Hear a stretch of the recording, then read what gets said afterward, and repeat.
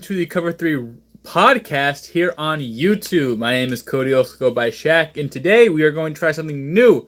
For everyone who has watched or listened to the radio show that I have in the past, and for those of you new, let me explain what we're doing here. So, for those of you who do not know, I have a radio show at college that I do once a week about sports, mainly uh, basketball, football, baseball, hence the Cover 3 sports topics. Um, but I figured I have a big passion for it. I love it a lot. So why not do it during breaks? As you can tell, I'm not in college. I'm actually in my grandmother's kitchen. So apologies for the janky setup. But I figured, hey, let's do this during breaks, during big times when I'm not in school, and I can still do this. And on top of that, if I stream it through YouTube, people can go back, comment. I can see, it's a lot easier to interact with people than just on the radio show. You don't need a special link. You can go back anytime you watch it. You don't have to watch it, or listen to it at that specific time. So anyway, this is more of like the first episode, so excuse any technical difficulties that may happen, or this is still trying to get a feel for it. For those who have been watching listening to the radio show, that it took me a couple weeks to really get into a groove or rhythm for it. But tonight we have a special episode. This will be episode 1, so already special there. But tomorrow night, June the 21st, is the NBA draft, and I watch college basketball a lot, watch NBA a lot, watch a lot of sports a lot. I do like to theorize who's going where, who's going, basically what's going to happen in the NBA. Especially it's a great time. You see all these players in college, and you see all these teams, and you see the weaknesses, and you're seeing new players in the NBA. Obviously, you see the players retire at the end of the year, but you see this new crop of and this new wave of star potential players coming in. So I figured I'd do the top 10, or I think I have top 10 picks and what I feel like is going to happen, some sleepers potentially, and we're also going to review the trade that happened today. Now, for those of you who do not know, Dwight Howard got shipped from the Charlotte Hornets to the new Brooklyn Nets, rather. Dwight Howard goes to the Nets, and Charlotte get Timothy Mozgov and a couple second round picks. I don't know exactly what years, how many. I think 2 or 3 they got. But what does this really do for both teams? Charlotte clears room for Cody Zeller, who I think is, at this point in his career, I wouldn't say a better player than Dwight Howard, because even though Dwight Howard gets a lot of crap and a lot of, he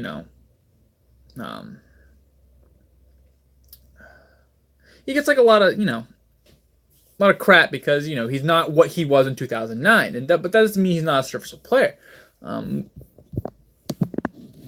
Dwight Howard had a pretty good year, a better year this year than he had last year, I want to say. He averaged double-digit rebounds again, double-digit points. He's been, he was a decent player this year. If you look at this year's stats, 16 points, which is the most he's had since his first year in Houston. So that's already a plus. If you look at his blocks, they were around the same time. Houston, he was 1.8, 1.3, 1.6, 1.2 in Atlanta, 1.6 again this year. He's never been a really good, never been a good passing big man, but his last 2 years, he's averaged over 12 rebounds. He played 81 games, which is the most he's had since 2010.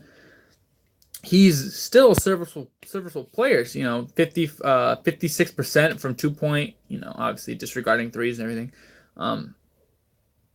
57% from the free throw line, which was his best year since 2011, since he was 22. So he had one of his better years, not career-wise, but in recent memory, since his last All-Star appearance. And, going to Brooklyn, who's trying to look, or I don't know if they're trying to compete yet. They're still Brooklyn, and they're still bad. But I don't know if they're trying to compete yet, but they're in a area where they can attack and get a star player and try to change that culture there for that team. And Dwight Howard, I love Dwight Howard. Growing up, he was my favorite player. Him and Kevin Love, they were two of my favorite players, not Celtics players. So, I still like to watch. He's still very good defensively. Or not, I'm not say very good, but he does, get blocks. Doesn't really get the steals numbers he used to. He was near 1 for most of his career. This year he was, actually his worst steal output of his career with that .6 a game, .6 steals a game. But he's very, very, in rebounding, like I said. So he's very active defensively, especially protecting the rim, and he's a very good rebounder. And if you look in, New Jersey, I keep calling them the New Jersey Nets. The Brooklyn Nets, they have Jarrett Allen, who I like Jarrett Allen a lot. I don't know why, but every year I just love Texas. I love Mo Bamba, I love Miles Turner, and I love Jarrett Jackson. So Texas centers I just enjoy, I guess. But he's kind of like Mo Bamba, but just turned down a little bit. I feel like Mo Bamba has such a higher ceiling, a higher floor. But Jarrett Jackson, I feel, could be a serviceable. He can put up a slumping Dwight Howard impact. He can have one of these 16, 12 years with 2 blocks. He easily can do that. Let's just, for curiosity's sakes, if you don't know, I'm streaming from my phone, which will most likely be the easiest streaming platform I have. So again, sorry for the poor quality. In 20 minutes a game, he had 1.2 blocks. He had almost 8.5 points, just over five rebounds, and he didn't play. And he started 31 games, played 72, so he didn't start till about the second half of the season. He wasn't getting solid a lot of solid minutes. Is per 36, which I can see, his per 36 is, I think, very accurate of what he will be. Not saying there's no room for him to improve, where I feel like, his per 36 give him just under 15 points, 2.2 blocks, 1.2 assists. I feel like the rebounds are going to go up. They're sitting just under 10. I feel like his rebounds are going to go up. He shot 77% from the field, not from the field, from the free throw line. He took 147 shots, made 114. So for the limited times he did go, he went to the line 2 times a game and shot over 75%. And for a big man, especially a big man that's not going to shoot a lot or shoot at all, he has a little bit of a mid-range game, but I don't even count that. So he has that offensive ability, good rebounder, a phenomenal paint protector. I feel like I'm a big advocate of veterans on young teams, and I feel like that Dwight Howard 1 year can teach him a lot, and I feel like that's a very, very good move, and it dumps a lot of salary. Timothy Mozgov still getting paid for another 2 years, $17 million every year, and if Brooklyn gets they have Jay-Z, they're in New York. They can get one decent free agent to sign there. Maybe a star goes there if he's just chasing money. And maybe you can build a team off your young access. Spencer Dinwiddie had a really good year. You also mentioned Jarrett Allen. So there is some promise to that move. And I like that move from a financial standpoint and a basketball player standpoint for the Nets. Now, if we look at Charlotte, as we mentioned, that's more room for Cody Zeller. And like I was saying before I got on my Dwight Howard tangent, I'm not saying Cody Zeller is a better player, but I think he's a better fit. I think he's a better defender, not necessarily a paint protector. I feel like people see steals and blocks, and if you get a lot of those, you're automatically labeled a good defender, which can be the case because it's an important defensive stat and it shows one part of your game is elite or whatever on a defensive end, but it doesn't mean exactly you're a good defensive player. There's a lot of defensive players that don't get a lot of steals or blocks but are phenomenal defensive players. Look at Klay Thompson. He's not going to get a bunch of steals, but everyone respects him for his defense, and I feel like Cody Zeller can be one of those guys and the big man. Very underrated mostly, I think, because he's white, but Cody Zeller, there's a YouTuber I watch, Funky Diabetic, who does a lot of basketball videos. You should check him out. He has a lot of cool basketball videos, like 10-minute basketball videos, and he talks about certain things. And he had a couple last year and this year about Cody Zeller and how, especially last year when Cody Zeller got hurt, and Charlotte was one of the better teams in the East, for the first 2 months, and then he got hurt, and then they just fell off, and they fell off dramatically on the defensive end. His pick and roll defensive skills, his just defensive skills in general. He might not get a lot of blocks, he might not get a lot of steals, but his impact defensively really, really helps that team. And if you look a lot of the lineups that they ran in Charlotte last year, they can't put Zeller and Dwight Howard together, especially the way the game's expanding and offensively they're liabilities. They sit there in the paint and do this, put their hands up behind the basket and just have picks. And you can't have two players at the same time doing that on the floor at the same time doing that. You have to have someone who can stretch the floor. And neither Dwight Howard nor Cody Zeller can do that. Zeller's younger, less expensive, and I think it just makes most sense. Get rid of Dwight Howard and put in your player you kind of want to mold in that Dwight Howard role. This also means Kemba could be gone. If you just added $17 million for 2 years, that means you're not going to make any really big moves. You're Charlotte, so you don't really make big moves anyway.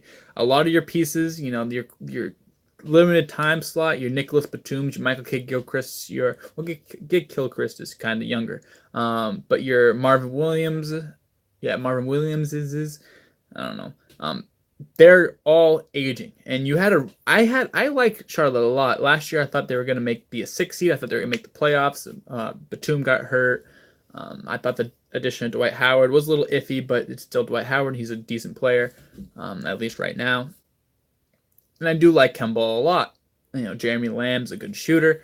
But the team, I just don't like the makeup of this team. And so now adding that, big salary, getting those second-round picks, that could mean one thing. They're just going to rebuild, retool. So that means Kemba could be out. And, there's for the past 2 years, been a lot of conversations of Kemba to the Knicks. He's from New York. A lot of conversation of Kemba to Cavaliers, try to keep LeBron, which I don't think will happen. At least LeBron staying. Cleveland could take Kemba and try to build around him, I guess. But, Charlotte tried that. And Kemba's a good player, all-star the last 2 years, and deserved. And I think he maybe could have had 1 or 2 more all-stars. I do like Kemba Walker a lot. But I don't think he's going to be the best player on a championship team. I don't think you can build a team around him. I think he can be a quality second piece. I think he can be a very, very good third piece. Maybe a Ray Allen type with those, KG and Paul Pierce. You have your Ray Allen. And I feel like Kemba Walker could be a Ray Allen in that sense. So this could mean Kemba's gone. Like I said, just added 17. That means you're not going to really add any more marquee free agents. You already have Marvin Williams on a big contract. Batum on a big contract. I don't know if they signed Kidd-Gilchrist or not, or if he's still. Now they had to have re-signed him because Anthony Davis got re-signed and they're in the same draft class. So he has money. I don't know exactly how much. But he has probably around 10 to 11, 12, 13 on the books. So you're not really going to make any moves. So this means Kemba Walker could be gone. So those are just my thoughts on the trade. Little rant here and there. But the big thing in sports, especially basketball happening, is the draft. Now tomorrow night, the 21st of June, because today's 20th, the NBA draft. And I always like I said, new wave of players. I watch college basketball, so I get to see these players, especially, the way high school works now. You see them in high school and the way, social media and all these players dunking each other forever, yada, yada, yada. Here are my top 10 picks that I believe what the top 10 is going to look like. I made a similar video last year on my cousin's YouTube channel discussing it. And I got the first 6 picks right, so your boy knows something. So, I feel like this is already set in stone. Phoenix gets DeAndre Ayton. They have Devin Booker, who's one of the youngest, one of the bright young stars. I think he's like 22. He's like 2 years older than me. Like, this kid's been in the NBA for like 4 years, and he's like not even 20 yet. Like, he is insane. He has a 70-point game under his belt. It's a phenomenal shooter. Just a great player in general. I think he has definitely more room to improve defensively and as a playmaker. But I feel like he's going to be, that shooting scorer type of player. Whether he turns into a Ray Allen and then he sort of fades into a spot up shooter, or he gets more creative off the dribble. I'm not going to compare him to Kobe Bryant, but sort of like how later in Kobe's career, how he got a little less athletic and had to use more of his ball handling and his shooting ability. Is he going to turn to that kind of player, like a Klay Thompson? He's going to work on his defense more to really be that Klay Thompson or Ray Allen player. That's a bunch of stuff to look forward to. You have Josh Jackson, who took 4th last year, who I like a lot.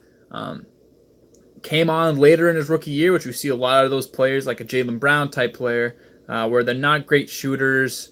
They kind of, they're great defensively, so they're valuable in that sense for in a lineup.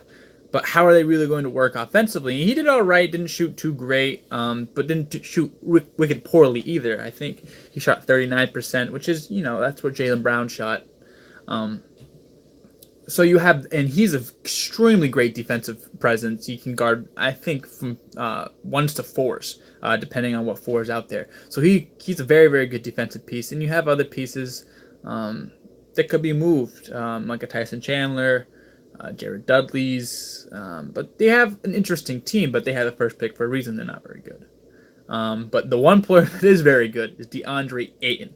DeAndre Ayton is going to go to Phoenix #1. Mark it here. It's happening. I feel like the consensus is like he declined workouts for every other team. Only been talking about Phoenix, signing Phoenix jerseys with Ayton on the back.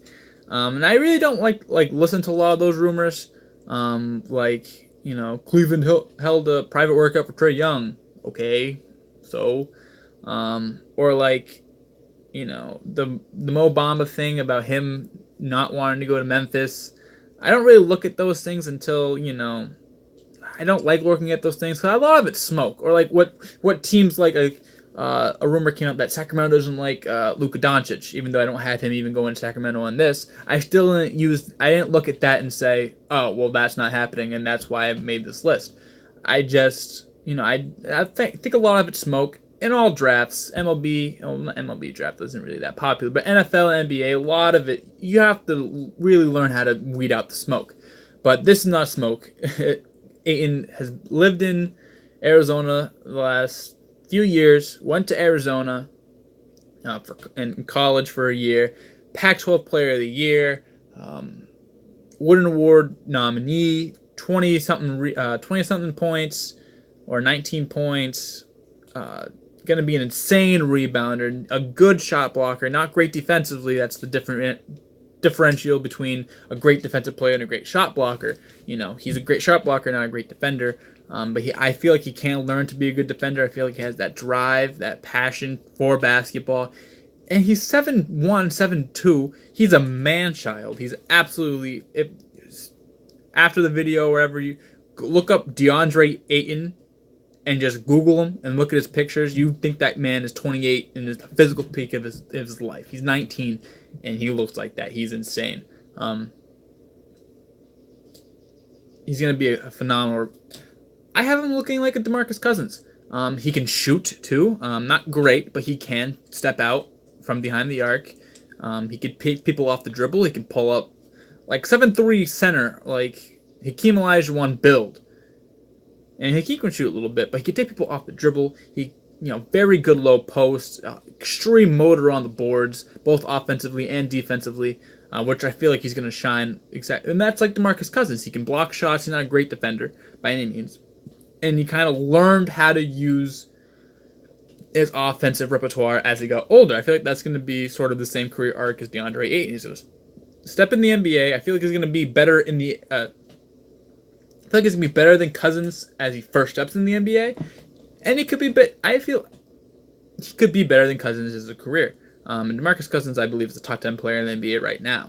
He's not, I think he's 26, 27. So he has 2-3 more years until he reaches his physical peak. And I feel like he still has some room to improve as well. But if Ayton can get that jump shot down consistently, so people can have to consistently worry about him back there, work on his dribbles a little bit more, work on his defense, he's a bona fide #1 pick. For Sacramento, I have them taking Marvin Bagley III. Now, the reason a lot of people, and I feel like Luka Doncic is a better player, but I look at this team and I feel like if you're Sacramento, I feel like Marvin Bagley is the pick. He kind of has a little Chris Webber in him. You see him running the floor a lot. In Duke, he would get a rebound and just run the floor. He can use the dribble as well. I feel like he's a little bit of a... I don't want to say he's a better shooter than Ayton, but he used his jump shot more than Ayton did. I feel like he's a better mid-range shooter than Ayton. I'm not as good a three-point shooter. I don't think he'll shoot threes for the first 2 years, but I feel like he has the range. He can develop the range too. 6'11", a big boy. he's not there defensively, just like Ayton, but a little bit lower than Ayton defensively. He'll block some shots, but not as much as Ayton either. Um, but offense and rebounding, just like Ayton, is the name of his game. He's an insane low post player. He's lefty, so he has his left hand down. Right hand he has down. Big, good hustle on the boards, and he's a good talent. If you look at that team, you have Buddy Hield, who I feel like is good. You know, New Orleans kind of gave up on him, and he wasn't having a great rookie season, but his second year was pretty solid. You have who's the point guard? DeAndre Fox. What's his first name? Having a brain fart. De'Aaron Fox. I thought it was DeAndre. De'Aaron Fox, who I feel like can be a good playmaker. He's extremely fast, very athletic, and finish inside really well, and he's learning to shoot better. But I look at that team, I don't see a post presence. And I know that post presences aren't really the emphasis on today's NBA, but I feel like that's what's going to tip everyone into thinking that, or that's going to tip everyone's thinking again. The thing about it is the Pelicans, if you had DeMarcus Cousins and Anthony Davis, name a team who can stop those two. I know they're like generationally changing big men, and there are not many big men in history before them that have the similar skill sets, let alone having those skill sets on the same team. Just they can both post up, they can both shoot from outside, they can both handle the ball, and they're both. Anthony Davis is much better defensively, but they can both block shots and whatnot. But if you look at Karl-Anthony Towns, he terrorizes teams like the Golden State Warriors. Teams that are the Cleveland Cavaliers, the good teams, but they don't have that bona fide big men, especially defensively. And if you don't have that big man defensively, or that means you're susceptible to big men who are very good offensively. Hence, Ayton and Bagley going 1-2. And I feel like Marvin Bagley can play really, really well again alongside Willie Cauley-Stein. Maybe the first year they have to divvy up the minutes a little bit and not play with each other as much because Cauley-Stein can't shoot. And Marvin Bagley's not a great shooter, but as time goes on, give him 2 years, I think Marvin Bagley gets that mid-range and that three-pointer, decently down, and you can start playing them together. You have that defensive presence of Cauley-Stein, and then you have Marvin Bagley. I feel like that's a really good 1-2 punch. On top of shooters around, Bogdanovich. Is it Bojan or Bogdan? One of them. The younger Bogdanovich is on Sacramento. I like a lot. Buddy Hield, De'Aaron Fox can't really shoot, but if you have that one big man who can, and you have that offsetting, and you have a lot of shooters around him, using his speed and his penetration ability to kick out, opens up the floor a little bit, even though he can't shoot that well. I do think that Marvin Bagley is Sacramento's best fit, and the better player is Luka Doncic. But I do believe that Luka's skill set's already covered by a couple of the players on Sacramento. And now let's go to Luka Doncic. Luka Doncic goes 3 to Atlanta. And here's the big reason why. I do think they're going to move on from Dennis Schroeder soon. Whether it be this offseason or next offseason or during the middle of the season. They get Luka Doncic. He can be their ball handler. He's a good shooter. Not super athletic, but he's very crafty. Can get to the rim, can create his own shot, can create shots for others. Very, very, very good player. Second best player in this class, in my opinion. You have the stigma of a European player. How are they really going to fare? There's a bunch of question marks on Porzingis, but I do feel like Luka Doncic is going to be a very good player in the NBA. Like I said, his skill set is, he can handle the ball, he can play off ball, shoot the ball. He's playing in one of the most high, the second most competitive, the second most skilled league other than the NBA since he was 16 years old and has been playing phenomenally. As 18-year-old, won MVP of that tournament, just won 4 tournaments in the last 3 weeks or something. Hit that crazy shot the other day, that one-legged floater from 3.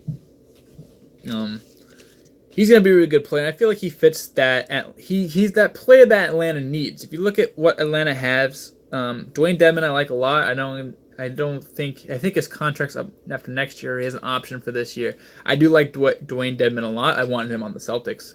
Big Celtics fan. I thought he would have been perfect for the Celtics. But he went to Atlanta. Got his dough. But he's a good defensive big man. Paint protector. You have John Collins, who's a great rebounder. He can learn how to be a good defender. His low. We're back. I guess the stream cut out. Playing the 5, being a very good big man up paint. You have John Collins, who's a great rebounder, good low post player, sort of that dunking kind of player. And those two are gonna really offset each other.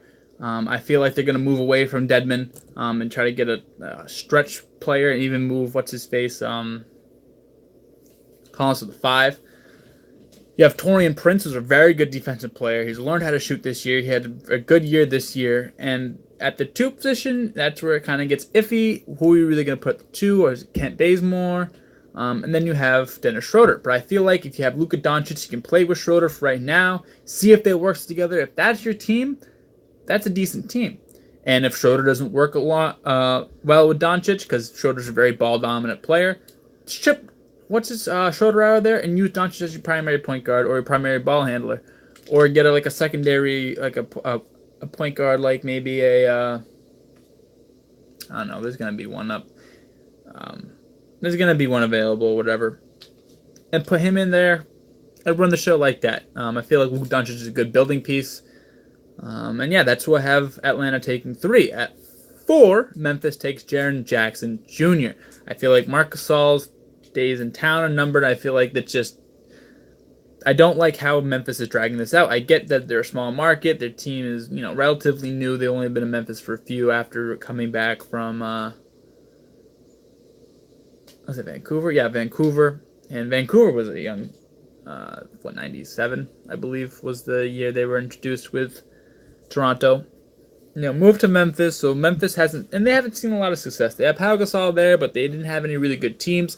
The last stretch with the grit and grind era with Zach Randolph, Mike Conley, Gasol, and Tony Allen and Rudy Gay and whatever. That was a great, that's like the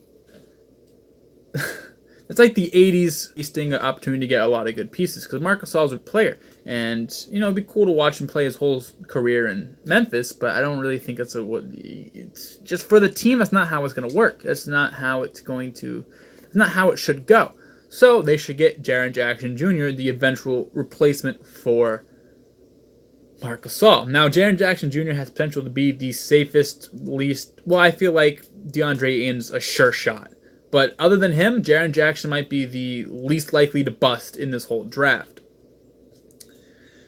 Very, very good defensively. Now, that's the difference between being a good shot blocker and being a good defender. He can guard 4s and 5s. He can switch onto 1s off pick and rolls or 2s off pick and rolls. Very lanky, very athletic, good on the boards, can shoot. Shot 39% from 3. Better than Trae Young, by the way. Not saying he's a better shooter than Trae Young, but he shot 39% from 3. He can step out. He's one of those players who doesn't excel at everything or one thing, but is very good in a lot of places. Like, he's a good shooter.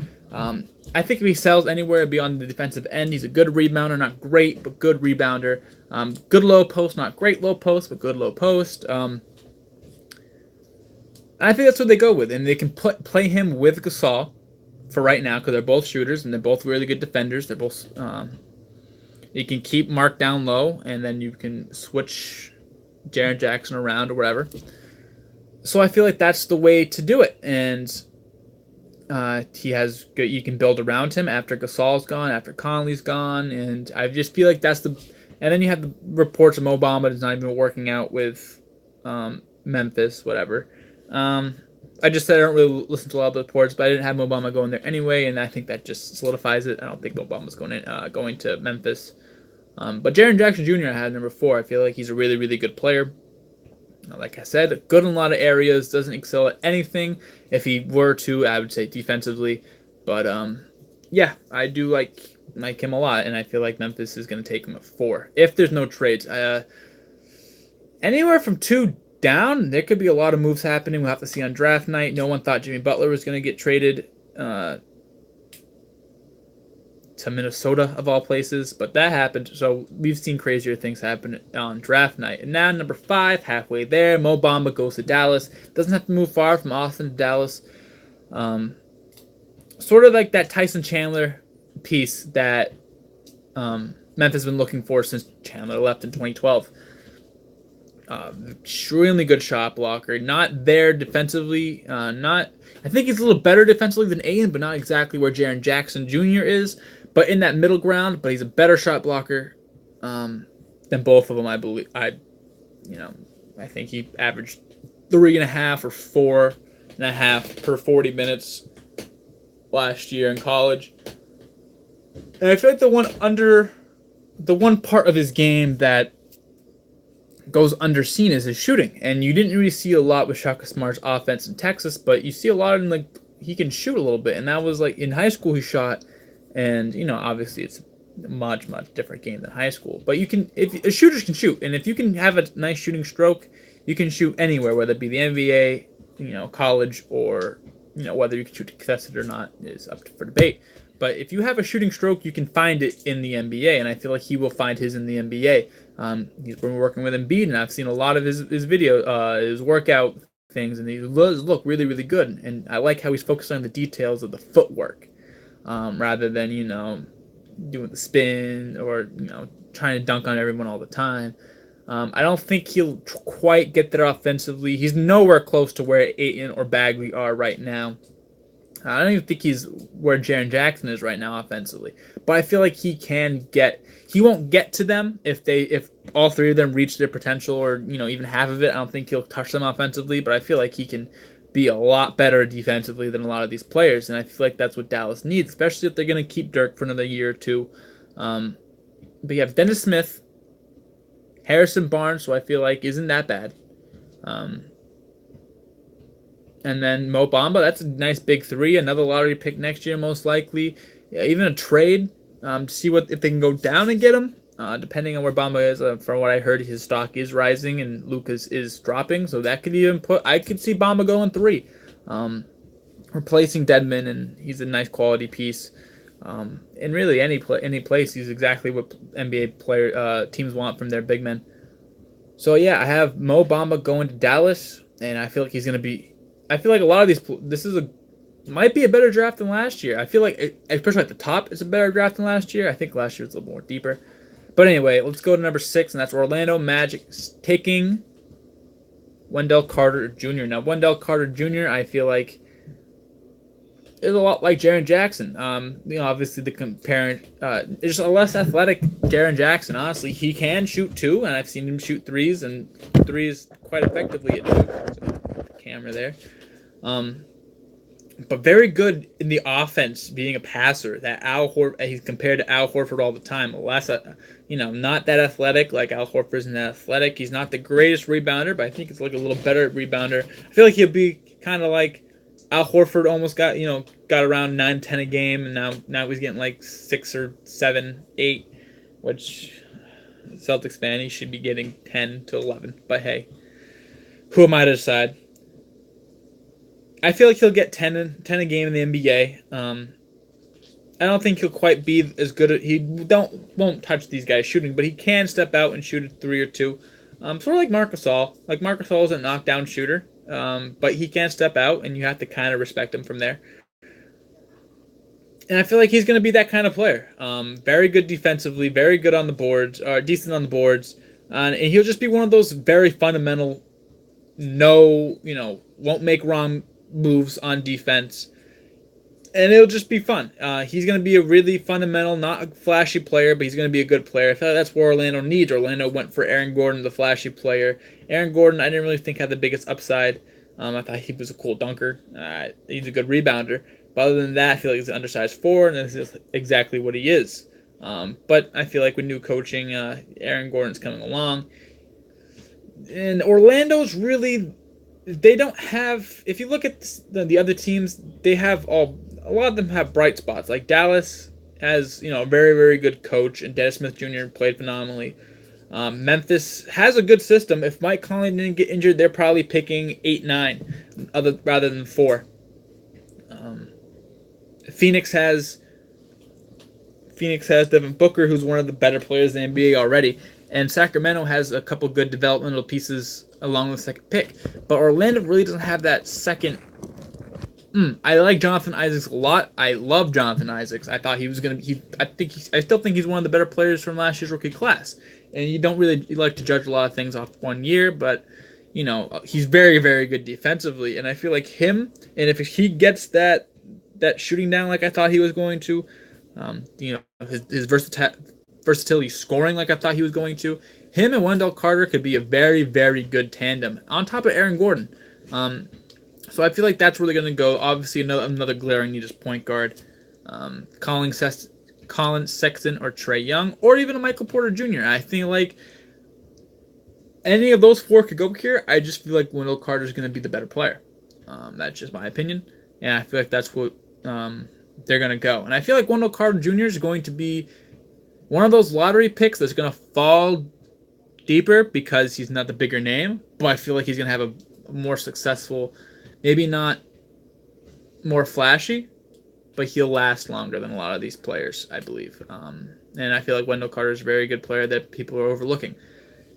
Next, Chicago takes Michael Porter Jr. What they need right now is just anything. They have no really good big men. You can put him at the 4, put him at the 3.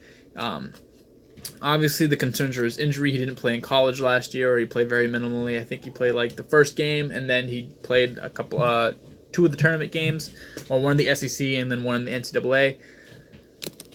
But Michael Porter Jr. still is a good player. Whether his back, he's saying his back is good, and I like trusting players and saying that they're whatever. If they're good, they're good. That's whatever. But he's a very good offensive player. I feel like people forget that he was compared to KD and the way how tall he is, how he's a lot bigger than KD too, and he can get to his spots and just dunk on you, get around you, shoot over you. He can do a lot of different things. I feel like Chicago needs that. You have Chris Dunn, who might not bring a lot offensively, but is very solid defensively and a good playmaker. You have Zach LaVine, whether he's going to be there or not is up for debate. And other than that, you really don't have a lot of things. Lauri Markkanen, rather. Sorry, I completely forgot about Lauri. And you can even use Markkanen in the pick and roll and then put Porter in the corner. You use that Chris Dunn, Markkanen, pick and pop, pick and roll, and then you can kick it to Porter Jr. if everything's clogged in there, and he can create off the dribble. I feel like it's a very, very good offense. Simple offense, but very good one. I feel like Michael Porter Jr. He probably could have been number 1 if he played all year. That's how good he is. But he's gonna slip to 7 to Chicago. Now we have Trae Young at 8 to Cleveland. If this pick doesn't get traded, I feel like Cleveland takes Trae Young. Just bring excitement back because LeBron's not saying. Have something to get the fans excited. Obviously a phenomenal shooter, a good playmaker. His turnover is a little bit higher than last year, but if you really look at his team, he was passing the ball a lot. Had a 20-assist game, 40, 50-point games, can shoot from anywhere. He's the prototypical this generation player, that Steph Curry player. And I don't really think he's going to be Steph Curry. But he's bulked up. He's dunking. I'm not saying he's going to be like a dunker in the NBA, but he is crafty. He's not super athletic, but he is crafty. He can get to his spots. He can shoot from anywhere, logo range. You have to guard him anywhere from 35 feet in. Like he's someone you have to respect, like Steph Curry. Especially if his shot starts falling as soon as he gets to the NBA, he can be a dangerous player. And Cleveland needs dangerous players. They're probably, obviously this pick is from Brooklyn, but of all these teams, they're the one who might need the lottery pick the most. They're going to lose. They're probably going to trade Kevin Love, maybe try to get into the lottery pick, which I feel like Kevin Love could could garner a lottery pick especially if they trade with Charlotte. Jeez, can't speak. Especially if they trade with Charlotte, they can get 11. But I feel like Trae Young goes there at 8, very good offensive player, and that's a lot of the team. If you have a bad team, you build with an offensive star. They did it with Kyrie. Andrew Wiggins was the number 1 pick that they did that with. Yeah, that's just how it works. If you're a bad team, you start with an offensive player and you build from there. I feel like Trae Young would be that player. Now, the New York Knicks, they miss out on Trae Young, so they go with the next best option, Colin Sexton. Now, Colin Sexton kind of fits that Emmanuel Mudiay role, where he's not going to give you a lot of shooting, but he's very athletic and get to the cup.